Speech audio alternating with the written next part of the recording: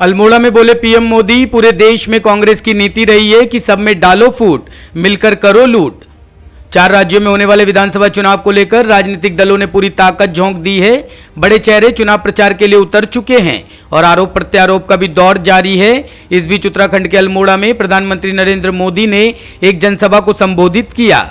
इस दौरान पीएम मोदी ने कहा कि मैं कल एक दिन में 3 राज्य उत्तराखंड, उत्तर प्रदेश और गोवा तक दौरा कर फिर आज अल्मोड़ा आया हूं।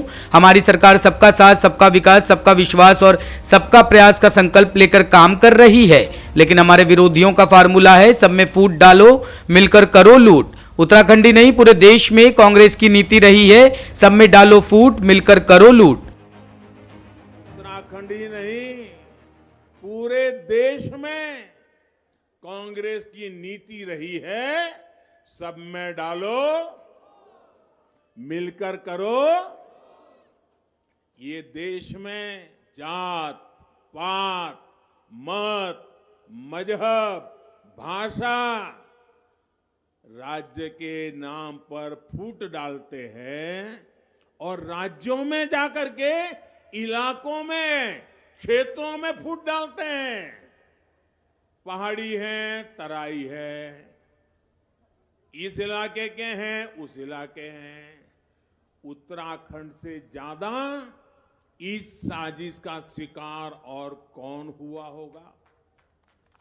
इन्होंने हमेशा कुमाऊं और गढ़वाल की लड़ाई करवाने की कोशिश की ताकि ये दोनों जगह को लूट सके, जबकि डबल इंजन की सरकार ने दोनों जगह के लिए डबल काम करने की कोशिश की है।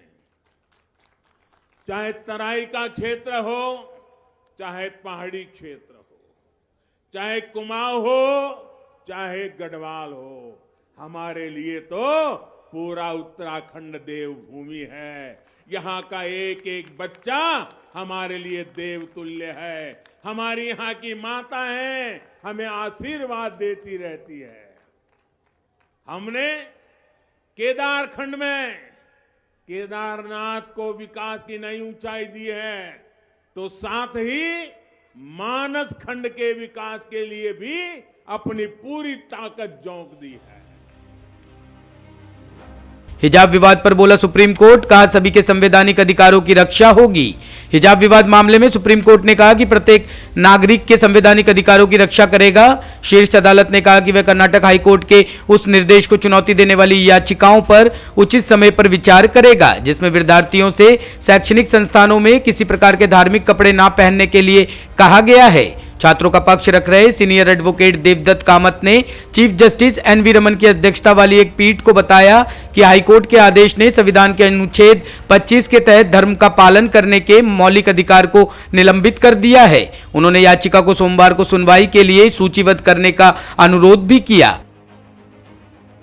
पूर्व सपा मंत्री के आश्रम के पास दलित युवती का शव मिलने पर बवाल, अंतिम संस्कार न करने पर अड़े घर वाले। उत्तर प्रदेश का उन्नाव जिला एक बार फिर सुर्खियों में है। जिले में दलित लड़की के अपहरण और हत्या के सनसनीखेज मामले में सपा सरकार में राज्य मंत्री रहे फतेह बहादुर सिंह के पुत्र राजोल सिंह पर आरोप लगा है कि किशोरी का शव फतेह बहादुर के दिव्यांग आश्रम के पास प्लाट में मिला था। वहीं यूपी पुलिस की कार्यशैली पर भी सवाल उठ रहे हैं। मामला बढ़ता देख एक इंस्पेक्टर को सस्पेंड कर दिया गया है। उधर मृतका की पोस्टमार्टम रिपोर्ट में गला दबाकर हत्या करने की पुष्टि हुई है। सूत्र बता रहे हैं कि गर्दन की भी हड्डी टूटी पाई गई है। इस बीच परिजन अंतिम संस्कार नहीं करने पर अड़ गए हैं।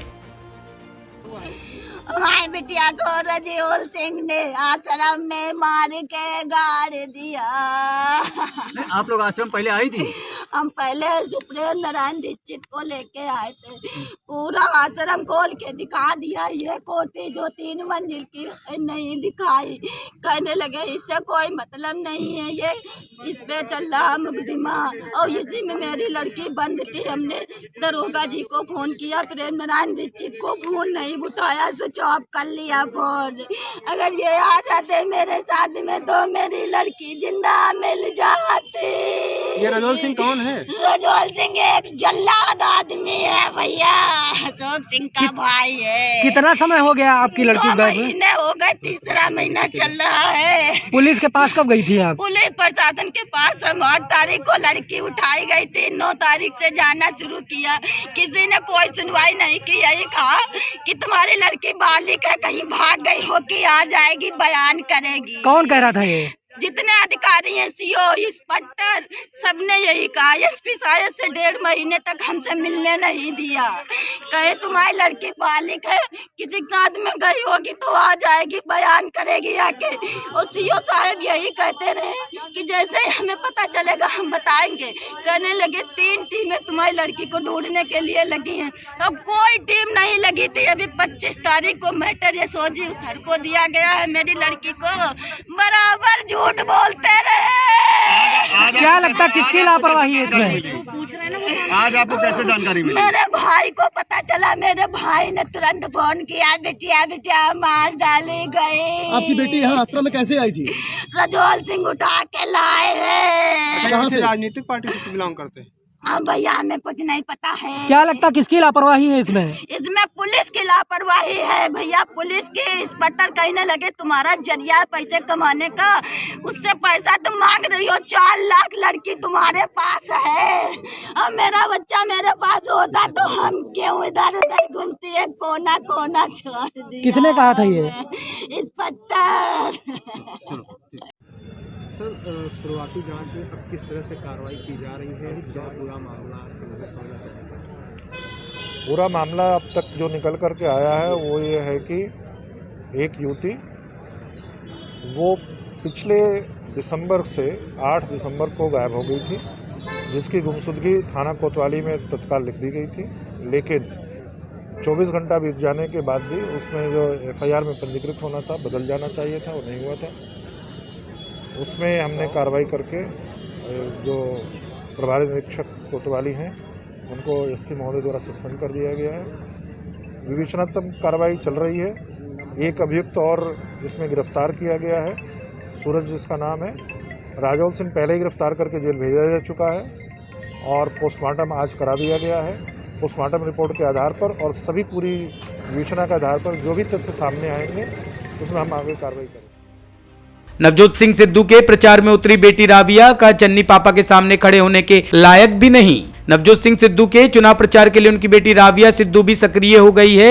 अमृतसर पूर्वी सीट पर वह भी पिता की तरह नवजोत सिंह सिद्धू की तरह विक्रम सिंह मजीठिया पर पूरी तरह से आक्रामक है। इस सीट पर अकाली दल के वरिष्ठ नेता व पूर्व मंत्री विक्रम सिंह मजीठिया व नवजोत सिंह सिद्धू आमने सामने हैं। राबिया ने मुख्यमंत्री चरणजीत चन्नी पर कटाक्ष करते हुए कहा कि वह उनके पिता नवजोत सिंह सिद्धू के सामने खड़े होने के लायक नहीं। 133 करोड़ संपत्ति वाले चन्नी गरीब नहीं हो सकते। उनके पिता पंजाब मॉडल के लिए 14 वर्षों से प्रयासरत है। उन्हें विश्वास है कि जीत पापा की ही होगी क्योंकि वह सच्चे हैं। सबनों पता होना है। मैडम सिद्धू ने बयान आया जी, वो बोलते चन्नी साहब ਸਾਡੇ ਤੋਂ ਜ਼ਿਆਦਾ ਅਮੀਰ ਨੇ, ਅਸੀਂ ਉਹਨਾਂ ਤੋਂ ਜ਼ਿਆਦਾ ਜ਼ਮੀਨ। ਉਹ ਤਾਂ ਹੈ ਕਿ ਕਿੱਥੇ ਵੀ ਗਰੀਬ ਹੈ ਜੀ, ਉਹਨਾਂ ਦੇ ਬੈਂਕ ਅਕਾਊਂਟਸ ਜ਼ਰੂਰ ਖੋਲ ਕੇ ਦੇਖ ਲਓ। 133 ਕਰੋੜ ਤੋਂ ਉੱਤੇ ਮਿਲਣਗੇ ਤੇ ਮੈਂ ਕੋਈ ਨਹੀਂ ਹੁੰਦੀ ਕੁਝ ਵੀ ਬੋਲਣ ਲਈ, लेकिन गरीब कोई करोड़पति गरीब नहीं होता। गुरुग्राम में बड़ा हादसा, अपार्टमेंट की 6वीं मंजिल से गिरी छत, 2 की मौत और कई घायल। साइबर सिटी गुरुग्राम में एक बड़े हादसे की खबर सामने आई है। खबर है कि गुरुग्राम के द्वारका एक्सप्रेस सेक्टर 109 में 6 मंजिला इमारत का एक हिस्सा गिरने से वहां अफड़ा तफड़ी मच गई। इस हादसे में 2 लोगों की मौत की आशंका जताई जा रही है, जबकि करीब 10 लोग घायल हो गए हैं।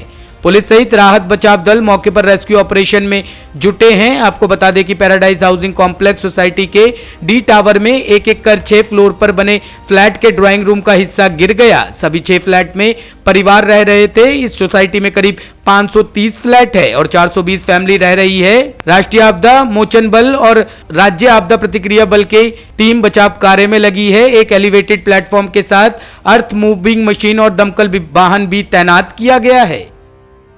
109 में इसमें एक कॉलोनी में जिसका नाम है चिंटल